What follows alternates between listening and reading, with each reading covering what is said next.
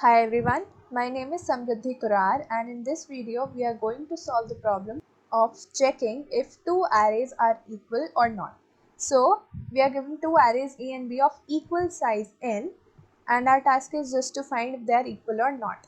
So as we can see in example number 1, this is array A and B and in that we can see that there are equal number of elements present. So the output will be 1 or true because they are equal.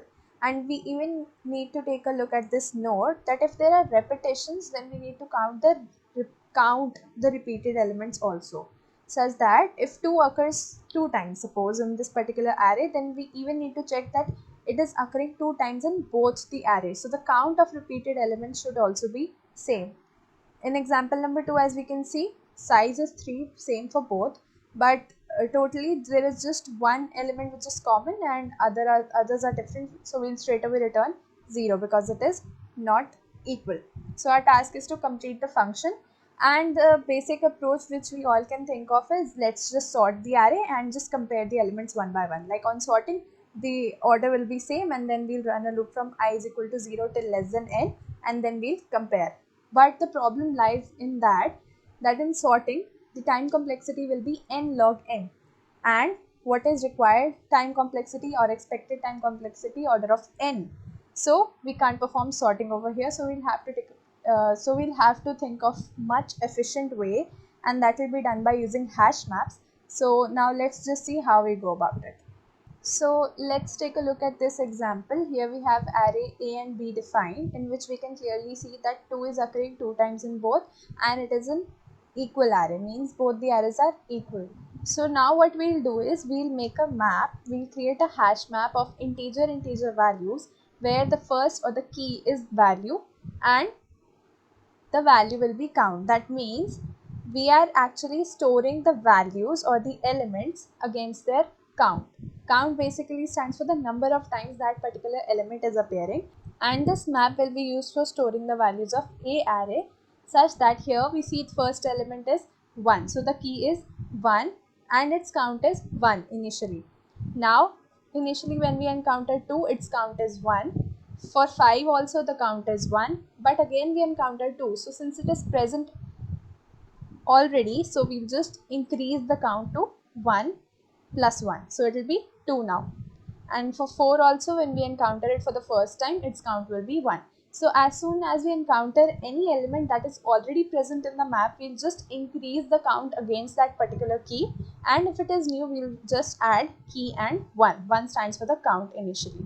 Now what we'll do is we'll basically check for the values of B, and every time we'll check if that map contains that particular key or not. Now let's start with 2. So for B the first element is 2. Now we'll check it in map for A. We are seeing that 2 is present as the key. So now what we'll do is we'll just decrease the count from 2 to 2 minus 1. So we have just decreased the count from 2 to 2 minus 1. So that now the count becomes 1. Now for 4, as we encounter 4, we'll just decrease the count to minus 1. So it will be 1 minus 1 equal to 0. So now the count for 4 has become 0. Again we check for 5. For 5 also it is present in the map. So we'll just decrease the count to minus count and it will be 0. Again we encounter 1 and it is present in the map. So the count will be decreased and it will become 0. And at the last, when we again encounter 2, we are seeing that count is 1. If it would have been 0, suppose if it would have been 0, then we can clearly see that it is not satisfying the condition over here. So we can't do 0 minus 1 as that will give an error. So whenever the count reaches 0, that will give us the hint that the elements in both the arrays are not equal. Because that would have been the case like something like 3. Suppose 3 was present. So in that case, we would have just made it like 3 and 1. So when we check for 2 here, it had already become 0 because of this. So now it will be 0 minus 1, which is not possible. So in that case, it will give us an error. But in our case, it is ideal. Count was 1. So when we encountered the last element, it became 1 minus 1 equal to 0. And at the end, we can see that for all the elements, the count has become 0 and there is no other element left. So we can see that after comparing, we can clearly see that all that both the arrays are equal. So that is how we'll check.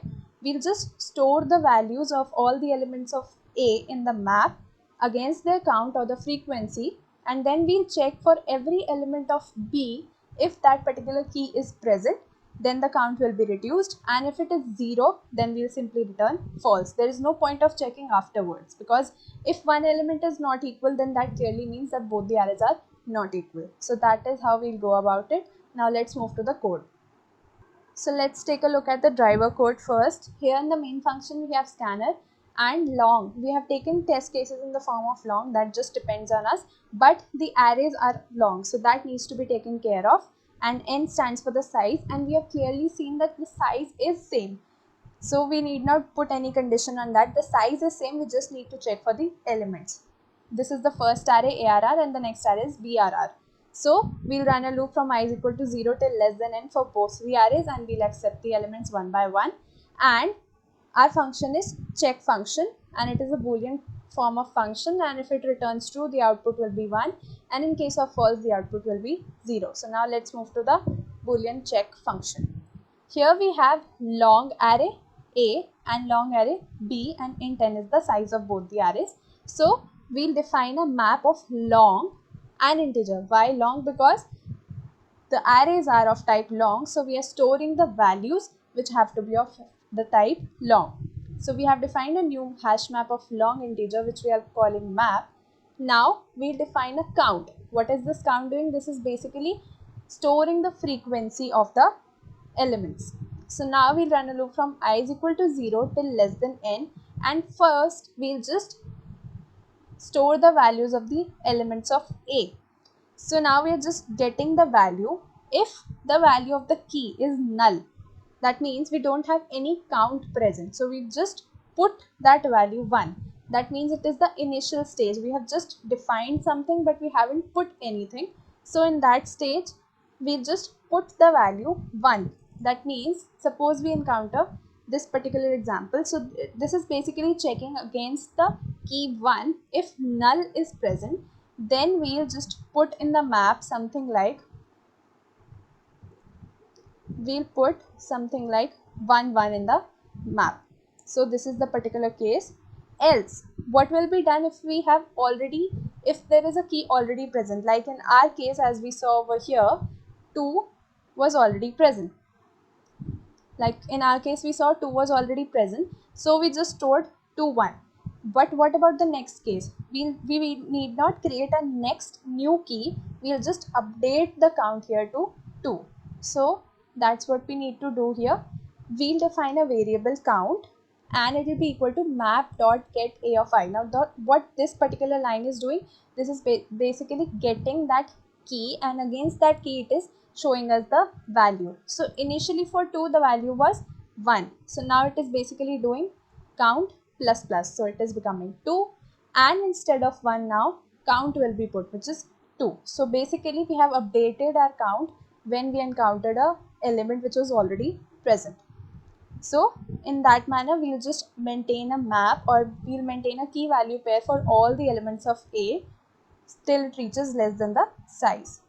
Now what we'll do is we'll check for int I is equal to 0 till less than n. We'll just check for every element of B if it is present in the map or not. As soon as we see that it is not present in the map, suppose we had something like 3 over here, and clearly in A or in this map 3 is not present. So that is the case. If that key is not present in the map, then simply we'll return false. That means the arrays are not equal.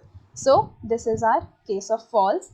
But if it is present, so what we need to do, we'll always check if that count is 0. As we discussed in the case before, if the count becomes 0, then there is no need of checking further, because 0 minus 1 can't happen. So we'll simply return false. Otherwise, we'll just check the count every time, we'll get that count, and we'll decrement it every time we encounter that equality thing. Suppose as we saw over here, initially it was 2, so the count was reduced to 1. So this was the case which is happening. So we'll every time see that count, and we'll decrease the count till it reaches 0. And as it reaches 0, as it reaches the end, now we can see that it is equal. So both the arrays will be equal, and at the end true will be returned. So this is the basic thing which is happening.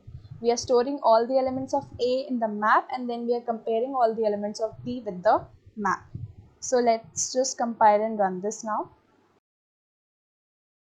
Okay, so in this case it is true. So this was the basic code for this. Thank you for watching.